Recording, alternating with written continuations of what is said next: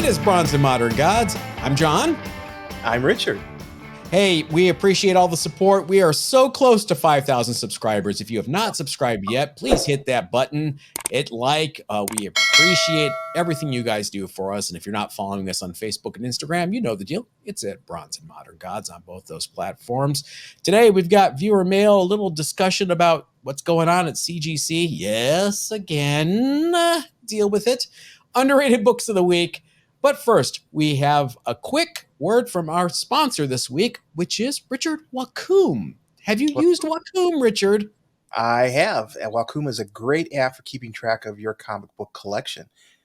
It allows you to take a picture of your comic book and it will automatically add it to your database. It's really easy to use and pretty comprehensive. I like it because it's really geared towards comic book readers. It helps you keep track of what you've read and what you haven't, which, you know, if you buy as much stuff as Richard and I, you probably need help with that. It also lets you keep track of your graphic novels, your trade paperback collections, your omnibuses. It's more than just comic books. And if you scan your UPC and it doesn't come up, hey, that's the cool thing about Wacom. It's collaborative. You can just go right in and add the book. If it's a variant cover, which we'll cover in a second, our hot book of the week, and it's not in the system, you're just going to add it. It's simple, and it's available for free, Richard. That's the best part. Absolutely. You can get it either at the Google Play Store or the Apple App Store today. I love that price, free. That's my favorite price. Check it out. It's Wacom. And a reminder, Richard and I will be streaming live from California Comic-Con in Costa Mesa, California, Sunday, February 5th, from the Short Boxed booth. If you've never been to California Comic-Con, you've got to come. It is amazing. It's going to be at the Westin at South Coast Plaza in Costa Mesa. If you visit calcomiccon.com, you can get all the information. Richard, tell everybody what California Comic-Con is like. Imagine a convention that didn't have Funkos or action figures or random things that were tangentially related to comics. You want to see comics, you go to the California Comic-Con because that's what they focus on. If you like cosplaying as Kratos from God of War, this is not the show for you. If you like buying Linda Carter Student Nurse #3 in an 8.0 slab, this is your show. Absolutely. We will see you Sunday, February 5th at Costa Mesa, California. Visit calcomiccon.com to find out more. Tickets are limited, so if you haven't gotten yours yet, there's a preview night the night before Richard and I will be at. Make sure you get your tickets now. And we're going to move on to our hot book of the week. Richard, tell everyone what it is. Our hot book this week is World's Finest, #11, the Jack White variant. Who is this for? Who's this book for? I mean, fans maybe. Okay, let's count the number of White Stripes fans that are also comic book collectors. I mean, okay, I do like the cover. It's really cool. It's kind of got this indie art rock feel to it, but I get it. You know, the whole thing is the Joker's real name has been revealed to be Jack White, so it's tangentially related. Yeah. Did Third Man Records come up to DC and say, we really want to do a Jack White variant cover? Here's the crazy thing. It's selling for $30 to $60 on eBay already, and this was open to order. This was not a limited variant. This wasn't a ratio. I would have passed it right by. There was no way I would have bought this. Here's the thing, though, Richard. It's a perfect example of FOMO in action because I'm not a huge Jack White fan. I'm more of a Meg White fan. I like drummers that can't keep time. It's very, very narrow field. But I still want a copy. Why? What's wrong with me? Why do I want this? Yeah, that's FOMO, dude. I have no real interest in this book. The cover really doesn't even appeal to me. It really doesn't. The word finest with the 3 eyes really drives me crazy. See, I think it's cool. I think it looks like, you know, an old a gig poster from a band that's like, you know, on the bulletin board at a club somewhere. It just reminds me of that. Maybe it's the music guy in me that's really getting that appeal. These things. Go ahead. Sorry. I just wanted to highlight for our fans who are listening on podcasts who may not have seen this cover. It's a dark blue and black cover with a little pop of white, A and little pop of Jack White. Jack White, and World Finest across it, but the World Finest is spelled with three I's, and it's to me, it's just not an attractive cover. World's finest. These musician covers are a thing now. We've had Notorious B.I.G. with Deadpool. We've had Eminem and Spider-Man. Paul McCartney with Superman. I think I'm irritated because when I was working at my last job at a major label, I kept trying to get these things going with our artists, and I kept getting turned down by various people. And now the thing I did get off the ground was the Monkeys Meet the Archies, Mm-hmm. but everything else, it just didn't work. And so I see this happening now, and I'm super jealous. I don't know. I feel this is a flash in the pan. I really don't see us talking about this in a year. Now, some of these have been very popular. Eminem's covers have been very popular, but I think people are trying to play off of that. But Mhm. in the long run, it's Jack White. Who really is going to be desirous of this book after the initial FOMO wears out? I am just waiting for the Cardigans Thunderbolts cover next year. Now I would, that I might buy. I would too. I'm joking, but I'd be first in line for that one. All right. Moving on to one of our favorite topics on this show, complaining about CGC. That seemed to be our subtitle, doesn't it? Bronze and Modern Gods / CGC complaints. Uh, Richard and I have been texting all week because I have been experiencing something very strange. I sent a giant submission in for the first time in months, Mhm. and it was a combination of a magazine, My Love and Rockets #1, a Fast Track Economy, Fast Track Modern, and most importantly, an express submission. They all went in the same box. I marked it EX on the outside, so they would open it first, which they did. It was all received on January 6th. As of January 22nd, I've already received my Fast Track Modern, got it in a week, which was crazy. Yeah. The Fast Track Economy will be here tomorrow, which is really good. My Express has been stuck in grading and quality control for over a week now. Why? I understand. I understand they've got more graders for modern and maybe economy, and they probably have specialized graders for Express. Here's my thing. Don't call it Express anymore. Hmm.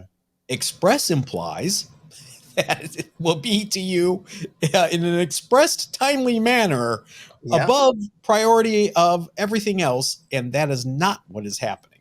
Yeah. I remember walkthrough used to be 1 day, and express was 3 to 7 days, and that just doesn't apply anymore, and hasn't applied for such a long time.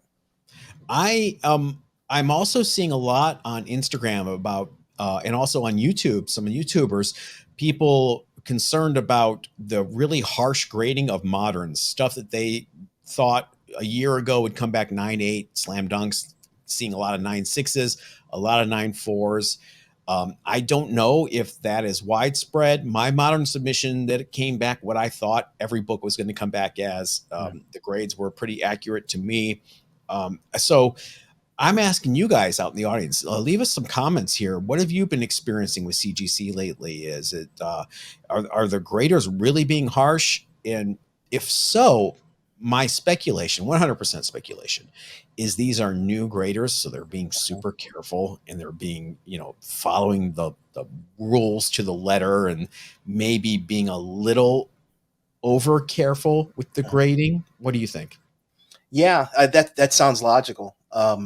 And for moderns, the difference is astounding between a 9.6 and a 9.8 value. If I had, for example, a Ultima Fallout 4 Djevik variant, and I wanted to send it in, and I thought it was a 9.8, I might wait, because the difference between a 9.8, which the last 9.8 sale was $43,000, and a 9.6, which the last sale I think was $12,000, is it's unbelievable. And that's the way it is with those high end moderns.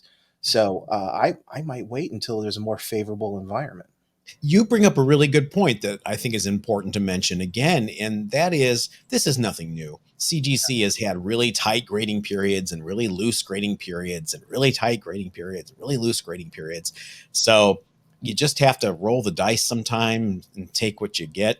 I would also say a lot of the people that are complaining about the grades not matching, are you being an honest grader? You got Mm, to really be honest with yourself sometimes. You got to hold it up to the light, tilt it, you know.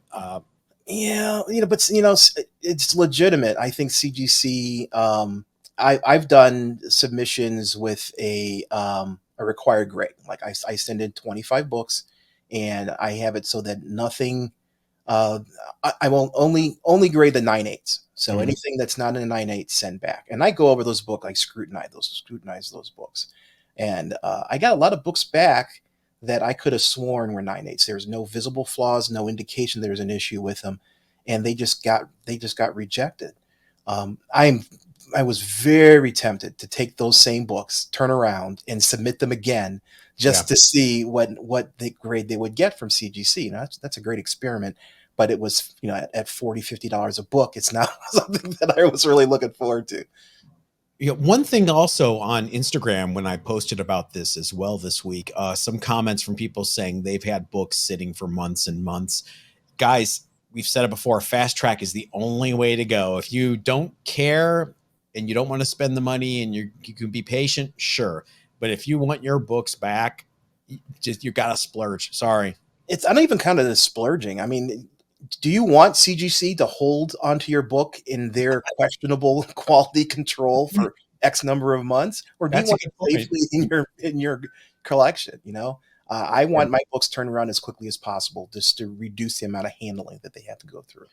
You are correct. Hey, let us know in the comments what your experience has been. We're really curious. It's not scientific, but we'll take a poll and talk about it next week in a segment we call Viewer Mail. You've got mail. Richard, what is your first piece of viewer mail? My first piece of VMware actually came through our Facebook account, and it's hot off the press. This is something that I just received, and it tickled me, so I just wanted to highlight it today. It's from a Diana Garza. Hi, guys. I just wanted to say that my husband and I really enjoy your podcasts. In fact, I have been following you so that I can share my husband's passion for collecting, and so that I am not stupid when I go out with him to conventions. That is so awesome. You guys really help a girl out in learning about comic art by making it easier to understand. Anyway, we were out at a con, spotted this book, and thought of you. It's sitting in a treasure spot in our collection. Looking forward to your next broadcast. And the book they sent over is what you describe it, John. It's Gem, Son of Saturn, number 12, of course. What else would it be? That is a great book. That is so John. That is awesome. Thank you so much, Diana, for taking the time out to message us. It really did tickle me, and I really enjoy hearing from our fans and people who just want to participate in what we do here. Thank you again. The only thing that would have made that better is if it was a newsstand or a Canadian price variant, but we'll take it. We'll take it. Thank you so much for that comment. My first piece of viewer mail is from Timothy Marking, good old Timothy, who reminds me of something that I completely forgot about when we were talking about Ms. Marvel being canceled suddenly with 2 issues left unpublished. Timothy says Ms. Marvel likely didn't see her final issues because of the little known Marvel Implosion of 1979. Absolutely. Marvel axed many of their comics dated April or May of 79, like the remaining Western reprint titles, as well as books like Nova, Black Panther, Howard the Duck. Coincidentally, it was the same month Marvel went to 40 cents, as well as officially going to direct sales. Some dangling plot lines were finished out in other comics like Black Panther versus the Klan and Marvel Premiere. Absolutely. Howard the Duck relaunched as a magazine, but strangely, Marvel launched several reprint titles plus ROM that fall in December of 79. The reason why they launched those reprint titles are Tales to Astonish with Submariner, brought back Marvel's Greatest Comics with the Fantastic Four. They brought back fantasy masterpieces with the Silver Surfer. I remember, Richard's favorite.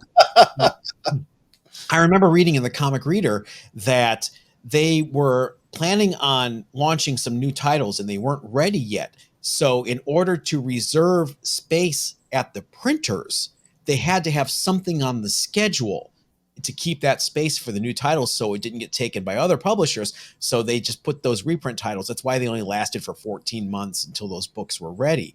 Wow. And Timothy also has a note about Fantastic Four 252, the other tattoos issue. The newsstand copy I bought did not have the tattoos, but when I later found a direct copy, it did have the insert. So yes, haphazard printing. That's really interesting, and that kind of ties into my next piece of viewer mail. This is from friend of the show, Bat227. Here is a factoid about tattoos. For the Canadian price variants, or CPV, i.e., newsstand copies for Canada, only ASM 238 had the tattoos for the CPV. Even though the Fantastic Four number 252 CPV copy in Canada advertised on the cover that it would include tattoos, none of them had the tattoos. Wow. So yeah, that's pretty cool. Yeah, I was not aware that tattoos were so like, again, we're in so many different issues in that period. That's pretty cool. I meant to pull out my Fantastic Four 252 before the show just to see if I had tattoos in mine, but I'm a lazy guy and didn't do it. We're busy men. We have things to take care of. My next piece of viewer mail is from Eggplant Comics. Pause. Eggplant emoji. Why is the Avengers 4 homage attached to an issue of Amazing Spider-Man? Eggplant, thank you. That drives me crazy. When these homage variant covers started a few years ago, where they just had nothing to do with the book that it was slapped upon, it drove me nuts. I guess people just don't give a crap anymore. They're buying it for the cover. They're not even cracking it open. Like Ninja Funk. I defy anybody to tell me Ninja Funk has interior pages. Does it? Is it just blank pages? Yeah, this is a bad habit that Marvel seems to do. I'm a huge fan of covers. Everybody knows I love covers, and I buy books on the cover, but I expect the cover to tie in with the book that it's related to. Having this Avengers 4 homage to an ASM book really just doesn't make any sense. I don't know why they couldn't put it on an Avengers title. I don't understand, but here we are. What's your next piece of viewer mail? My next piece is from Eric Perry. And we're talking about different names for comic ages. A new age for comics, starting with Ultimate Fallout 4 or UF1 would make sense. Now, I had to put this in here because, this is total logic to me. Having the transition from Peter Parker to, the Ultimate Universe and Miles Morales as being an impetus. So that's 2011 would be the start of that age based on that. And I think that's a nice breakaway, right? That's 12 years ago at this point. So you would say the Copper Age would go all the way up to Ultimate Fallout 4 then? I'm saying that's a demarcation of an age. I don't know if we divide the ages before the time before it into more ages, but having it divide at major events kind of makes sense as well to me, as opposed to just picking an arbitrary year and saying, okay, it ends here. Like Silver Age started back when Showcase number 4 with the Flash. Showcase number 4 with the Flash, right? So that is an indication of a year of a comic that is tied to the beginning of that age, and we could do the same thing with other ages as well. It tends to be about 15 years. So, Golden Age is 38 to about 55. Silver Age is 55 to about 1970. Bronze Age, 70 to 85. Copper Age after that. I think the Copper Age should probably end, I don't know, with Heroes Reborn, maybe, or Ultimate Spider-Man #1 in 2000. I don't know. Yeah. You guys let us know in the comments what you think. Yeah, I think it's an interesting idea because you can divide those eras by specific events as opposed to an arbitrary number of years. Right, which is the way it's always been. I mean, Bronze Age started with Green Lantern, Green Arrow. Right. So yeah, nothing new. We just have to all get together and agree 100%, which is really easy for people to do in this country. Yeah, yeah. Everybody's there is no arbiter of all this, right? And no one makes the decision and then everyone abides by it. It I used to would be love. Overstreet, Oh, that's a good point. you know? Is Overstreet the source of the bronze, silver, copper, I atomic? think all the advisors kind of got together when there were, a really tight knit group of advisors, and now it's just so stratified, and I don't know. It Overstreet's just lost out. They had an opportunity to really guide things, and they just dropped the ball, in my opinion. Okay, Richard. Wow. Uh, my last piece of your mail is from Shrews Clues, John Shrewsbury, who says, when we're talking about 1983 being the best year for music ever, no arguments, sorry. I can't tell you how incredibly happy it made me listening to you both be nostalgic for music and art of our generation. Thank you, John. Somebody else, I'm blanking on who, apologies, uh, reminded me also that U2 War came out in Oh, 1983. yes, the Red Rocks concert for U2. That they had it on VCR, VHS tape. I watched that thing 800 times, and I still, whenever I catch it on YouTube, I will sit there for the hour plus and watch that damn thing. Oh, MTV would play that Sunday Bloody Sunday live from Red Rock's video at the beginning. This song is not a rebel song.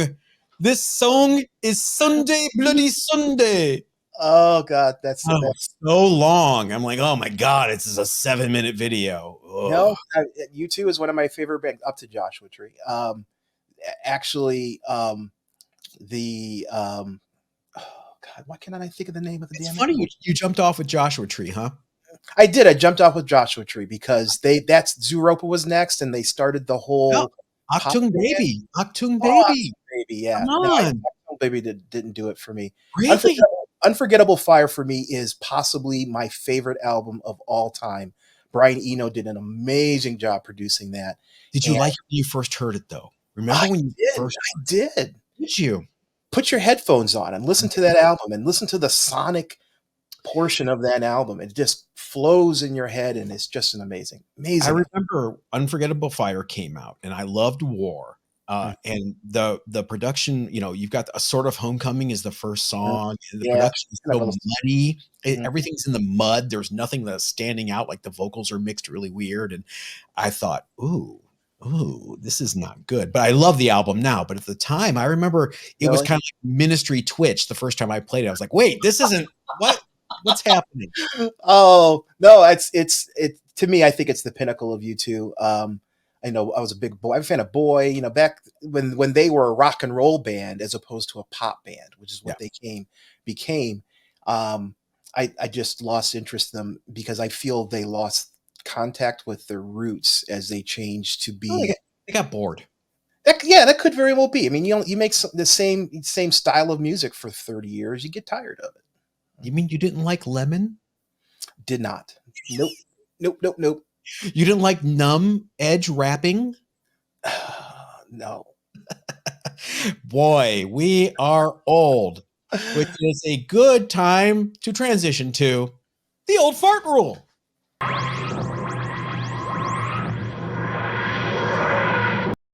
Hey, the old fart rule. Look, 40 years in the past Oh, on my back, my shoulder. Old fart rule. This is the portion of the podcast for people who sleep wrong and are sore from sleeping. I raised my hand. I know. I will lay on the pillow the wrong way and I'll wake up and wait.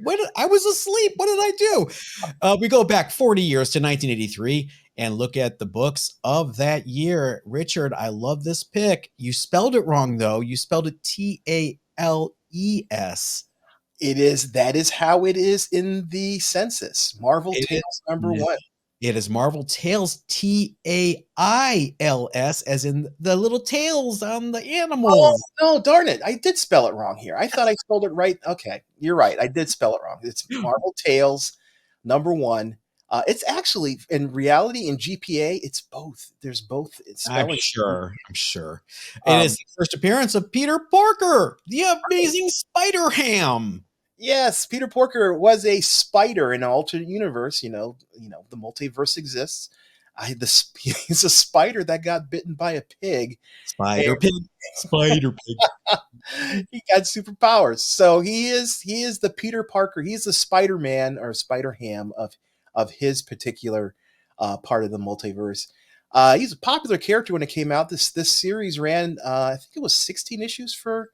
Um, Well, Marvel Tales was a one shot, and then it sold so well, surprisingly, that they launched Peter Porker, this Spider, amazing right. Spider Ham, as a series that ran for 16 issues. Correct. Yep. Great book.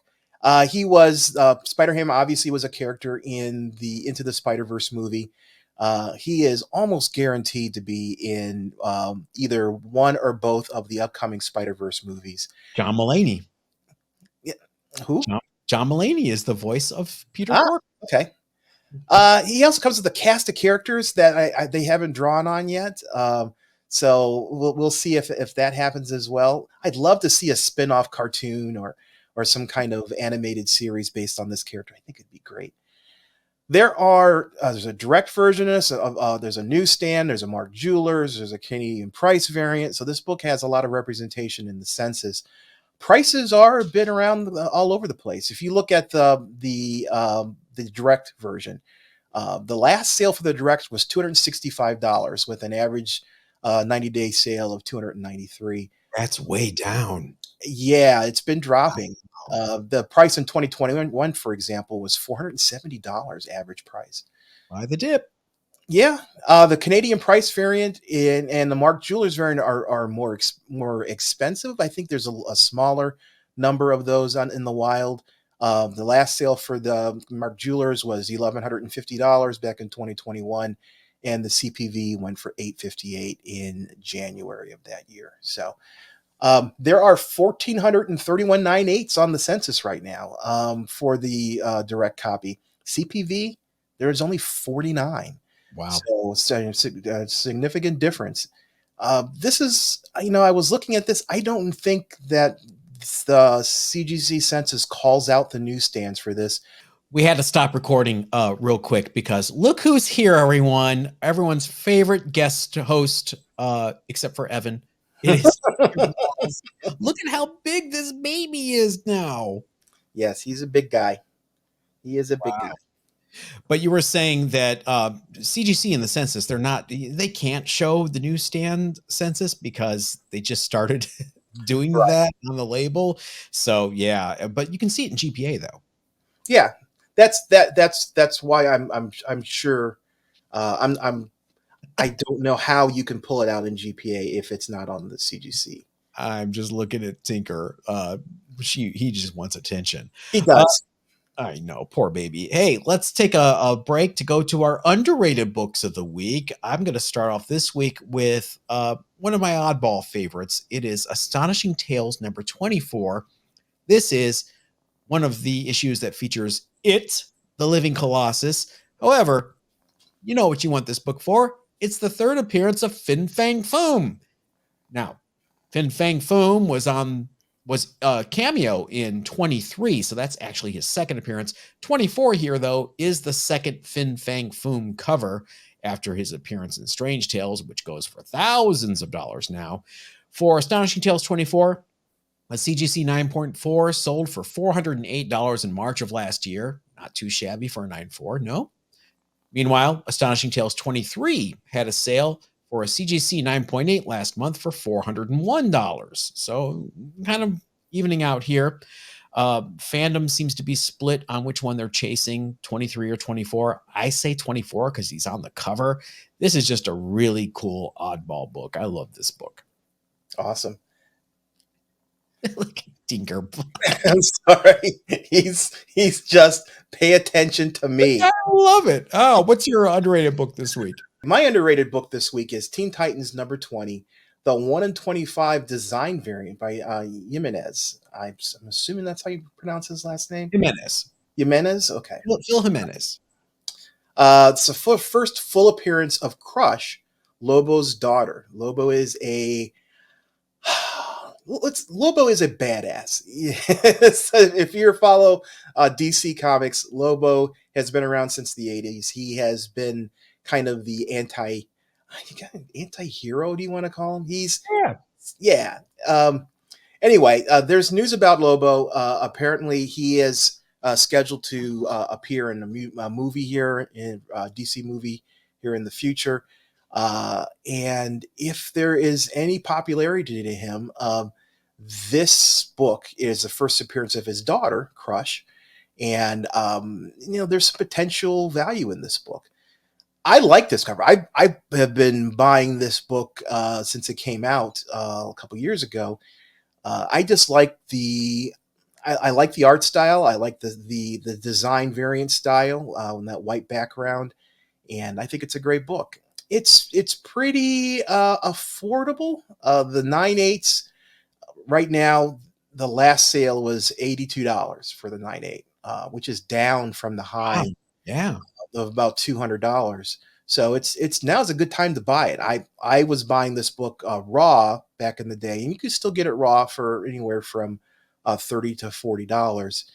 And it's a great book, I think, to have in the back of your long box, because if something does pop for Lobo, this kind of character, Crush is kind of a lot like Lobo in that she's very aggressive, um, very direct action kind of character, and I could see her being popular, on the silver screen. So, yeah, I think it's a great book to have. Again, for less than $100 for a 9/8, I think it's a great time to buy this. Yeah. Buy it, put it in a box, hold it for 50 years. The usual. All right, that's going to wrap up short and sweet this week's episode. A reminder, we're going to be streaming live from California Comic Con Sunday, February 5th. It is at the Westin Hotel near South Coast Plaza in Costa Mesa, California. Visit calcomiccon.com to get tickets and to find out more. Richard's going to be there. We're going to be at the short boxed booth. We're going to be talking to people, and we'll see you there. Yeah, it'll be a good time. Even if you don't, if you just want to make fun of us, stop by. Waxing garbage at us. We don't care. Yeah, it'll be fun. And a reminder, follow us on Facebook and Instagram at Bronze and Modern Gods. Hit like, hit subscribe. We're so close to 5,000 subscribers. We love you all, and we'll see you next time. Everybody, stay safe.